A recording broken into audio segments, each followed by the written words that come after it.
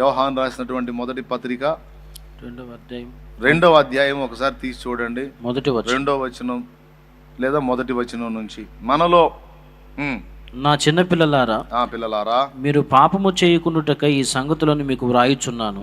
ఎవడైనను పాపము చేసిన ఎడల నీతిమంతుడైన యేసుక్రీస్తు అను ఉత్తరవాది తండ్రి యొద్ద మనకున్నాడు. అద్దుగో అక్కడ ఉంది లయన్, యూదా గోత్రపు సింహం ఉన్నాడు అక్కడ. దేవునికి స్తోత్రం. అక్కడ ఉన్నాడండి. ఒక పక్క వీడిపోయి మన మీద నేరారోపణలు చేస్తుంటే అక్కడ దైవ కుమారుడు తన రక్తమును చూపిస్తున్నాడు మన విషయమై. తండ్రి, నా కుమారుడు బలహీనపడ్డాడు, శోధించబడ్డాడు, డిస్టర్బ్ అయ్యాడు కాదని నేను అన్నట్లా.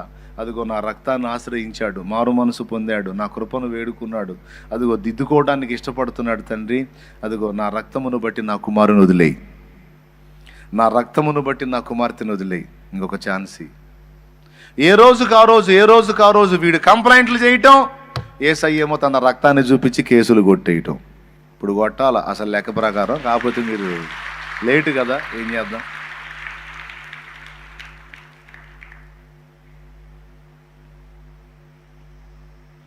వాడేమో రాత్రి మగాళ్ళు కంప్లైంట్లు చేస్తాడు, యేసయ్యేమో రాత్రి మగాళ్ళు ఆయన తండ్రి కుడిపార్శ్వమున మన పక్షమున విజ్ఞాపనము చేయుచున్నాడు. అంటే అర్థం అది. రోమాపత్రిక 8వ అధ్యాయము 34వ వచనం. శిక్ష విధించు వాడెవడు? చనిపోయిన క్రీస్తు యేసే. అంతేకాదు, మృతుల్లో నుండి లేచిన వాడును, దేవుని కుడి పార్శ్వమున ఉన్నవాడును, దేవుని కుడి ప్రక్కన ఉన్నవాడును, మన కొరకు విజ్ఞాపనము చేయువాడు ఆయనే. ఎందుకు విజ్ఞాపన చేయాల్సి వచ్చింది?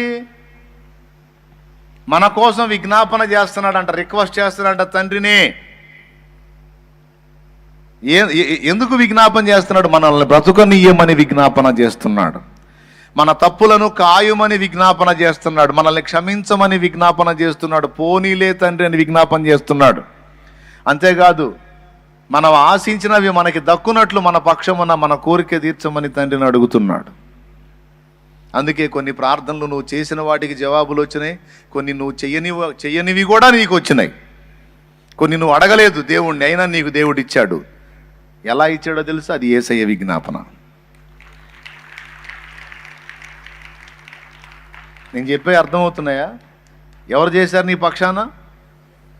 కొన్ని నీ హృదయంలో ఆశించావు, బయటికి చెప్పలా. తినే పదార్థం దగ్గర నుంచి ఆత్మీయ శారీరక అవసరాలన్నిటి విషయంలో కొన్నేమో అడిగావు బయటపడి, కొన్నేమో అడగలేదు కానీ మనసులో ఆశించావు. న్యాయంగా నువ్వు మనసులో ఆశించింది న్యాయమైంది. తప్పకుండా దేవుడు విజ్ఞాపన చేస్తాడు, తండ్రి నా బిడ్డ హృదయంలో ఫలానా విషయమే ఆశ ఉంది. షాలేం రాజు అన్న ఒక్కసారి మా ఇంటికి వస్తే బాగుండు, ఆయన రాడుగా, ప్రార్థన చేసి ఏం ప్రయోజనం అనిపించింది మనసులో. నిజం చెప్పండి, అవునా? ఎంతమంది ఒప్పుకుంటారు దాన్ని? ఒకసారన్నా మా ఇంటికి వస్తే బాగుండని ఆశ కలిగింది. ఆయన వెంటనే ఏం గుర్తొచ్చింది? మన ఇంటికంటే మరి ఇంతమంది ఇళ్ళకి పోవాలిగా, ఇంతమంది ఇళ్ళకి పాపం ఏడ తిరుగుతాడులేబ్బా, ఈ లోపు రాకడ కూడా వచ్చింది. మొదలుపెట్టిన ఇంటికి మళ్ళీ రెండోసారి రావాలంటే ఇక రాకడ కూడా వచ్చింది. అంతమంది ఉన్నారు, పాపం ఏడ తిరుగుతాడు, ఆయనకి ఏడ కుదిరిద్ది, కానీ వస్తే బాగుండు. పర్వాలేదులే యేసయ్య, పర్లేదులే. అది నీకు దేవుడు నన్ను రప్పించటం ఆయన చిత్తం అయ్యి నువ్వు ఆశించింది ఆయనకి హృదయంగా అనిపిస్తే వెంటనే విజ్ఞాపన పోయింది తండ్రికి, తండ్రి నా కుమారుడు అదిగో నా బిడ్డ గృహాన్ని దర్శించాలని నా బిడ్డ ఆశ పడుతున్నాడు, ఆశ పడుతుంది. ఈ ఆశ వారికి ఎప్పటి నుండో ఉంది, అది నెరవేర్చు.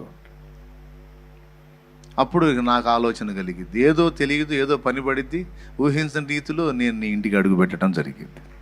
జస్ట్ ఎగ్జాంపుల్ కోసం చెప్పా. అట్లా కొంతమంది దగ్గరికి వెళ్ళాను నేను, వాళ్ళు స్టన్ అయ్యి, అసలు మేము ఊహించలేదన్నా నువ్వు వస్తావని, అసలు ఇదేందన్నా వచ్చాను కదా, ఇప్పుడు తర్వాత సంగతి చూడండి, ఇప్పుడు ఇదేందన్నా అంటే ఆయన చేశాడు, వచ్చాను. ఇస్తే కాసిన మంచినీళ్ళు ఇవ్వండి, గిన్నెడు చన్నీళ్ళు ఇవ్వండి, ఆ ఫలం మీకు వచ్చింది, తాగి వెళ్తాను. అంటే అట్లా ఆ ఒక్కటే కాదు, అలాగని ఇప్పుడు నుంచి నేను కూడా ఆశపడతాను, ఇప్పుడు దేవుడు నెరవేర్చాలని కూర్చోవాకండి. ఆయన చిత్తం. నా తండ్రి చిత్తం అయితే ఆయనే పంపిస్తాడు అన్న నా ఇంటికి, నా తండ్రి చిత్తం అంతే. ఆ మాట అనుకొని వదిలేసే, ఆయన చిత్తం అయితే దేవుడు నడిపిస్తాడు. అది ఎప్పుడు ఎలాగని నేను చెప్పను, ఎప్పుడో ఒకప్పుడు నడిపిస్తాడు. నీకెందుకు, ఆయనకి సాధ్యం. ఆమేన్. అట్లా ప్రతిదీ మనం ఆశించినది యుక్తమైనదైతే, సమంజసమైనదైతే, అది నువ్వు బయటికి అడక్కపోయినా సరే అది నీకు దక్కింది. కొన్ని అలాగ నువ్వు పొందుకొని ఉన్నావు, అది ఎవరి ఫలమో తెలుసా? యేసయ్య నీ హృదయ వాంఛలు ఎరిగి నీ పక్షాన విజ్ఞాపన చేశాడు. ఎన్నో పొరపాట్లు మన నుండి జరిగినా మనం ఇంకా నిర్మూలము కాకుండా ఉండడానికి కారణం యేసయ్య విజ్ఞాపన.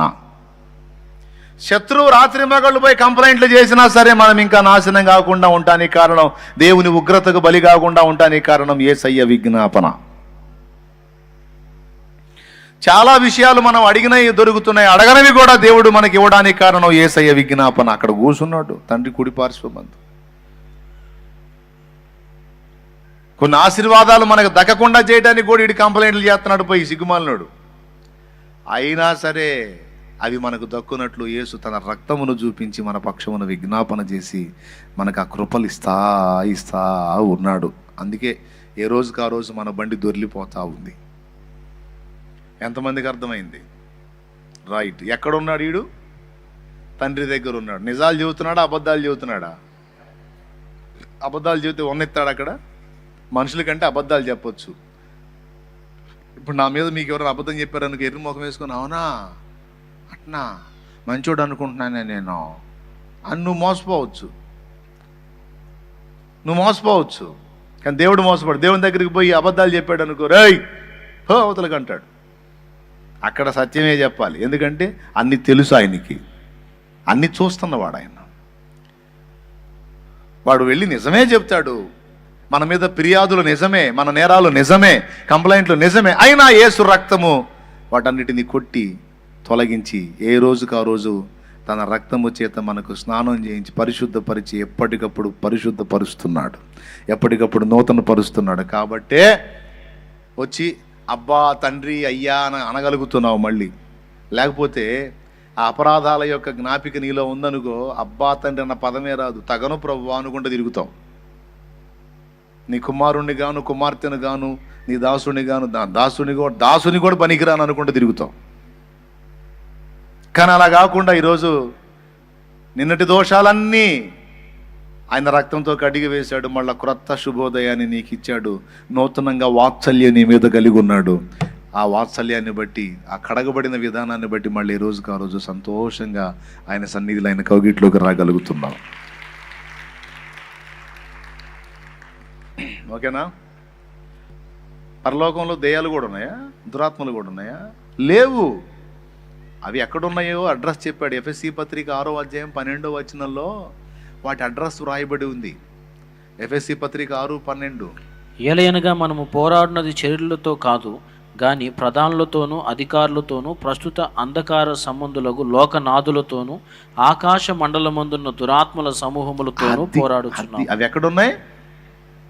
భూమి పైన ఆకాశం ఉంది, పైన మండలం ఉంది. ఆకాశ మండలంలో అవి ఉన్నాయి. వాటి ప్లేస్ అది. అదే అక్కడుండి చూస్తాయి భూమి మీదికి. గద్ద కానీ పైనుండి ఎరను వెతికినట్టు దురాత్మల ప్లేస్ అక్కడుంది. అక్కడుండి చూస్తాయి భూమి మీద మనుషుల జీవితాల్లో ఎవరెవరికి ఎలాంటి ఆలోచనలు పడుతున్నాయి, ఎలాంటి కోరికలు పడుతున్నాయి, ఎవరెవరు దేన్ని ఆహ్వానిస్తున్నారు. కొంతమంది సావన్న రాట్లా, సత్యపోయిద్ది, ఎప్పుడు చస్తానో సావాలా, ఏదో ఒకటి చేసుకొని సావాలా అనుకుంటుంటారు. వెంటనే అది దానికి వెళ్ళిపోయింది. పక్షి తిరిగినట్టు తిరుగుతూ ఉంటుంది. దన్మని వచ్చి వాలిద్ది. వాలి చెల్లి ఏదో అన్నట్టున్నావు సావాలనిపిస్తుంది. సావాలమ్మా, నువ్వు ఎందుకు బతకాలి? నిన్నెవరు ప్రేమించరు, ఎవరు అర్థం చేసుకోరు. చచ్చిపో. అదే ఆలోచన కలుగుతూ ఉంటుంది, అదే ప్రేరణ కలుగుతూ ఉంటుంది. వచ్చేది గ్రద్ద వాలిని ఇంటి మీద, కోరావుగా కోరిక, అదే ఐడియా ఇచ్చింది. మనుషుల జీవితాలను అక్కడుండి కనిపెడతాయి అవి. దురాత్మల ప్లేస్ అది ఆకాశ మండలం.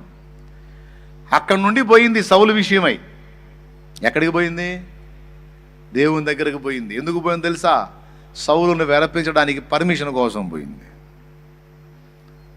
సౌలు సామాన్యుడు కాదు, మరి ఇశ్రాయేలుకు రాజు, మొదటి రాజు, యెహోవా ఆత్మాభిషిక్తుడు, దేవుని ఆత్మాభిషిక్తుడు. కానీ దయ్యానికి లోపడుతున్నాడు. ఇప్పుడు దయ్యం పర్మిషన్ తెచ్చుకుంది పోయి, అయ్యా పేరుకి రాజు నీ భక్తుడే కానీ అన్ని నా మాటలే వింటున్నాడు, నీ మాట వినట్లేదు, ఇంకెందుకయ్యా నీ ఆత్మ నుంచి ఆయన మీద, ఆ ఆత్మను తొలగించు, నేను ఎంటర్ అవుతా అని రిక్వెస్ట్ చేసుకుని దేవుని ఆత్మ సౌలుని విడిచిపోగా దురాత్మ, యెహోవా యొద్ద నుండి దురాత్మ ఒకటి వచ్చి సౌలును వెరపింప మొదలుపెట్టింది. అంటే భూమి మీద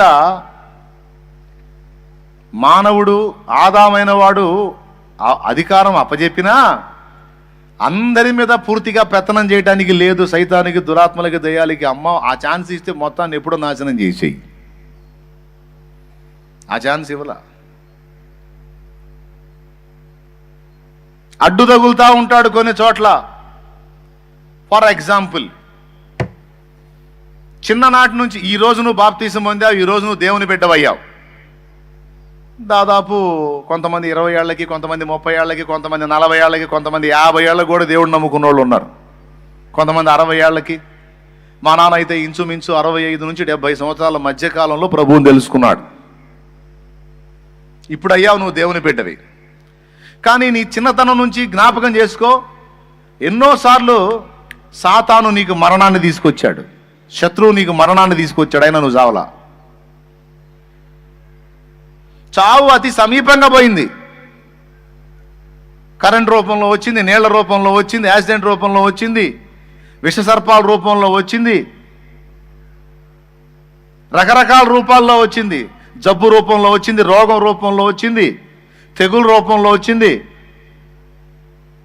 చాలా రకాలుగా వచ్చింది చావు నీ దగ్గరికి. అయినా నువ్వు చావలా. ఎందుకని? ఎందుకు? దేవుడు నిన్ను చావనివ్వలా. ఆ చావు నీకు రాకుండా నీ పసిప్రాయం నుంచి నిన్ను వెంటాడుతూనే ఉన్నాడు. నువ్వు పూర్తిగా లోకంలో ఉన్నప్పుడే, పాపంలో ఉన్నప్పుడే, శాపంలో ఉన్నప్పుడే, అంధకారంలో ఉన్నప్పుడే నిన్ను వదిలిపెట్టలా. ఆయన వెంటాడుతూనే ఉన్నాడు నిన్ను నీడలాగా. ఒక పక్క శత్రువు నిన్ను దెబ్బగొట్టాలని, నిన్ను కాజేయాలని చూస్తా ఉన్నాడు. నా విషయంలో అదే జరిగింది. ఎన్నోసార్లు మరణకరమైన ఆపదలు ఎన్నో నన్ను చుట్టుముట్టాయి. ట్రాన్స్ఫారం వాళ్ళ మెయిన్ లైన్ నుంచి ట్రాన్స్ఫారం ఉంటుంది కదా, దీనికి దానికి ఎల్గా ఒక లింక్ కొడతాడు, ఎల్ లింక్ ఒకటి కొడతాడు ఆ మెయిన్ లైన్ నుంచి ట్రాన్స్ఫారానికి. ఐడియా ఉందా? ఆ ఎల్ షేప్లో లింక్ కొట్టే తగిలింది నాకు. స్పాట్ అయిపోవాల్సింది అక్కడికక్కడే. మరి చిన్నప్పుడు పనికి వెళ్ళేటప్పుడు మరి 13 ఏళ్ళకి చదువు బ్రేక్ చేసి కుటుంబానికి సపోర్టివ్గా పనిచేయాల్సి వచ్చింది. ఆ రోజు ఆ పనికి వెళ్ళేటప్పుడు చెప్పు దిగిపోతే సీల కొట్టుకుంటున్నా, చెప్పుకి, తోలు చెప్పుకి సీల కొట్టుకుంటూ మా అమ్మ అంది ఆ రోజు మార్నింగ్ పనికి వెళ్ళేటప్పుడు, అయ్యా పనికి వెళ్ళిరా, నేను నీకు కొత్త చెప్పులు తీసుకుంటాలే, స్లిప్పర్స్ తెచ్చుకుందు, కానీ ఆ తెగిపోయిందాన్ని ఏం బాగు చేసుకుంటావు, పోయి ఆడపడేసిపోయా, ఇవాళకి పోయిరా అంది. మా అమ్మ మాటినట్టయితే ఆ రోజే పోయేవాడిని. మా అమ్మకు తెలియదుగా నాకు మూడిందాడని. ఆమెమనుకుంది పాపం తెగిపోయినాయి, అబ్బాయి చెప్పులు తెగిపోయినాయి, కొత్త తెద్దాం అనుకుంది. పోయిరాయా, ఈ ఒక్కరోజుకు పోయిరాయా, సాయంత్రం తెచ్చుకుంది కానీ అంది మా అమ్మ. ఏడా ఉంది అడగండి, అదిగో దేవుడి దయ వల్ల. కానీ నేనేమన్నాను, పని దగ్గర శీలలు ఉంటాయి, మా కాళ్ళలో గుచ్చుకుంటాయి, తెగిందో ఏదో ఒకటి పర్వాలేదు, చిన్నగా అదే బాగు చేసుకొని వెళ్తానని చెప్పుకు శీల కొట్టి బొటన వేలు పెట్టేది, దాన్ని గొడ్డేలు అంటారు, అది తెగింది. దాన్ని మళ్ళీ సెట్ చేసుకుని శీల కొట్టుకొని వెళ్ళా.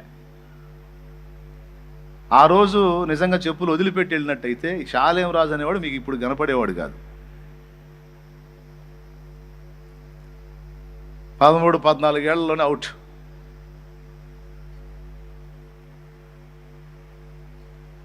లంకవాన్ దెబ్బ లంకవాన్ దిబ్బ ఏరు ఉంటుంది అక్కడ, సముద్రం, ఈ నది పోయి, కృష్ణా నది పోయి సముద్రంలో కలిసే లింక్ అది, లంకవాన్ దిబ్బ. అక్కడ ఏట్లో మునిగేవాడిని ఒకరోజు. ఏరు అంతలోతు ఉంటుందని నాకు తెలియదు. పెద్ద గజ ఈతగాళ్ళలాగా దూకా. మనకు గజం ఈతడం కూడా రాదు. ఇది కాళ్ళు అందట్లా. ఎట్లనో దేవుడు ఐడియా ఇచ్చాడు, బయటపడ్డా. ఇట్లా ఎన్నో, మరణము అతి సమీపంగా. కొడితే కరెంట్ కొడితే అవి పడిపోయా. ఏడబడ్డానో కూడా లేదు. హైవే రోడ్డు పక్కన ముస్లింలు పరిగెత్తుకుంటూ వచ్చి, అరే బచ్చే మరుగాయారే మరుగాయారే మరుగాయారే అనుకుంటూ వచ్చి, సచ్చాడా అనుకుంటూ వచ్చారు నా దగ్గరికి. బచ్చే అంటే చిన్నోడు, పిల్లోడు, అరే పిల్లోడు చచ్చిపోయాడు అనుకుంటూ వచ్చారు. వెళ్ళిపోయింది ప్రాణం. తల దగ్గర నుంచి స్టార్ట్ అయ్యి కరెంట్ షార్ట్ తగిలితే చెప్పుకు సీల కొట్టాను చూడు, బొట్టేలకి, ఆ సీల నీపై కాలు గాలింది. అంటే బాడీ అంతా కరెంటు పాస్ అయింది. అక్కడ చెప్పు ఉన్నందున, తోలు చెప్పు ఉన్నందున ఎర్త్ చిక్కలా. దానికి చిక్కినట్టయితే నిలబడేది అయిపోయిందాక. ఆ తోలు చెప్పు అయ్యేసరికి పైన తోలు చెప్పు, కిందేమో రబ్బరు, అక్కడ దానికి ఎత్తందల తీసి అవతలకు బాది. ఒక 20 మంది కలిసి కర్రలు 1, 2, 3 అని కలిసి ఒక్కటే తన్ను దాంతో అట్టుంటుందో కర్ర తీసుకొని అట్టుంది. అప్పటికప్పుడే అయిపోయావాడిని. అప్పటికే స్వాధీనం లేకుండా పడిపోయా. పరిగెత్తుకుంటూ వచ్చి కాళ్ళు చేతులు రుద్దారు. వచ్చి చూశారు, గుండె కొట్టుకుంటుంది. అరే బతికే ఉన్నాడు అని వాళ్ళు కాళ్ళు చేతులు రుద్ది కూర్చోబెట్టారు. మాట రాట్లా, అమ్మ అనే మాట కూడా రాట్లా నోట్ల నుంచి. మాట రాట్లా, అయిపోయింది, ఎక్కడో పోయింది ప్రాణం. కానీ చావనివ్వలా. ఇంత పని ఉంటే ఆడదావనిస్తాడు. ఇవన్నీ నాకు తెలుసా, ఇదంతా నాకు తెలుసా. ఈరోజు జీవితాన్ని అనుభవిస్తూ రకరకాల పరిస్థితుల్లో కూడా వెళ్తున్నా. నీకు తెలుసా నీ ఫ్యూచర్ ఎలాంటి ప్లాన్లు సిద్ధం చేశాడో, నీ మీద ఎలాంటి ప్రణాళికలు ఉన్నాయో, నీ ద్వారా ఏ గొప్ప కార్యాలు సాధించబోనుకున్నాడో. కాదని ఎవడు చెప్పగలడు?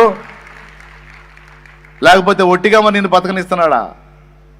ఎన్నోసార్లు మరణం అతి సమీపంగా నీ దగ్గరకు వచ్చిన దానికి అధికారం లేకుండా దాన్ని అని గద్దించి నిన్ను బతికించుకుంటున్నాడు మా దేవుడు. బతికించుకుంటున్నాడు నాయన దేవుడు.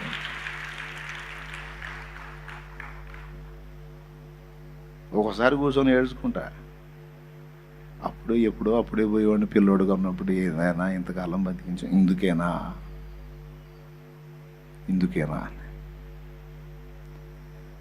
సర్వాధికారం అన్నది తిరుగులేని సత్యం. వారికి ఇవ్వబడిన స్వేచ్ఛను బట్టి తాత్కాలికంగా కొంత పెత్తనం ఇచ్చిన భూమి మీద కానీ సమస్త దూతల మీద కానీ అన్నిటిపైన ఆయన సర్వాధికారే, ఎప్పటికీ సర్వాధికారే. మన అభిప్రాయాలకి, దేవదూతల అభిప్రాయాలకి స్వేచ్ఛనిచ్చాడు కానీ వాళ్ళ ఇష్టం వచ్చినట్టు మన ఇష్టం వచ్చినట్టు చేయడానికి అధికారం లేదు.